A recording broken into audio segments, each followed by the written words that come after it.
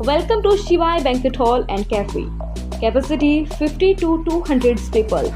With full AC party hall and rooms available.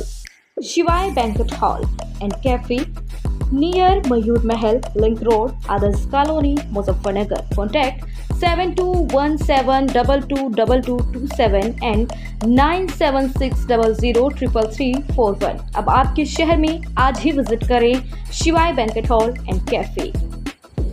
Muzaffarnagar में धारा 308 के बावजूद आरोपियों को जमानत की मांग।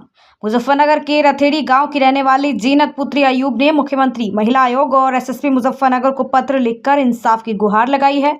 जीनत का आरोप है कि 4 साल पहले उनकी शादी दूधाधारी खेड़ी के आदित्य से हुई, लेकिन शादी के बाद आदित्य का व्यवहार अमानवीय हो गया। उसने जीनत के साथ अप्राकृतिक संबंध बनाने की कोशिश की और मना करने पर अपने भाई आशिफ, आमिर, अकील, आफ्ताब और बहनोई जावेद के सामने पेश किया। जब जीनत ने इसका विरोध किया तो आदित्य ने अपनी मां बेबी की मदद से उसे दूसरी मंजिल से धक्का दे दिया। इस हादसे में जीनत की रीढ़ की हड्डी टूटी और पैर बुरी तरह से टूट गए। गंभीर हालत में उसे सरकारी अस्पताल में छोड़ दिया गया। जीनत का कहना है कि उनके गरीब परिवार के पास इलाज का खर्च नहीं है। हैरानी की बात है कि इस मामले में धारा 308 यानी गैर इरादतन हत्या के प्रयास का केस दर्ज होने के बावजूद आदित्य, आशिफ, आमिर, आदिल, अकील, आफ्ताब, जावेद, मंजो आदि को जमानत मिल गई। जीनत ने आरोप लगाया कि पैसे देकर दोषियों को छोड़ा गया है और अब वह जांच की मांग कर रही है। क्या नाम है आपका? जीनत। जीनत, क्या हुआ आपके साथ? मेरी शादी करीब 4 साल पहले हुई थी।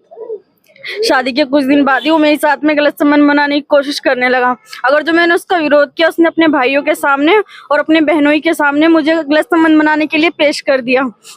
अगर जो मैंने उसका भी विरोध किया, उसकी माँ बहनें मुझे छत पर ले गई और छत पे 2 मंजिल से ले जाकर मुझे सबने मिलकर धक्का दे दिया, जिसके कारण मेरी रीढ़ की हड्डी और एक पैर की हड्डी टूट गई। मैं चल फिर नहीं सकती हूँ। कहाँ हुई थी शादी आपकी? खेड़ी, दूधाधारी खेड़ी। कहाँ के रहने वाले आप? अरे थेड़ी। तो कार्रवाई हुई इन पर? आपने शिकायत करी थी इनके खिलाफ? कार्रवाई कर रखी थी इन पर 308 की बेल में, 308 की धारा में उनकी जमानत हो गई पैसे लेकर। अब मुझे इंसाफ चाहिए। अगर जो मुझे इंसाफ ना मिला 1 हफ्ते के अंदर अंदर, तो मैं यही अपनी आत्महत्या कर लूंगी।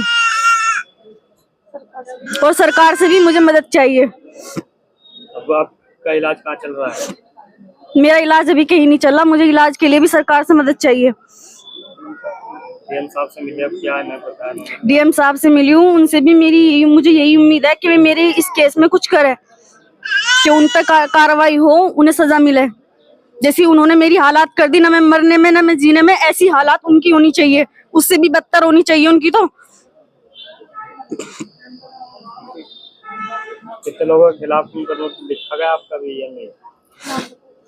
उसकी माँ मिज्जो, बहन बीबी, बहनोई जावेद, भाई आसिफ, आमिर, आकिल, आफ्ताब, आरिफ, आदिल। अब क्या यहाँ से आश्वासन मिला? इंसाफ ने क्या कहा? कहा है कि कार्रवाई करेगी।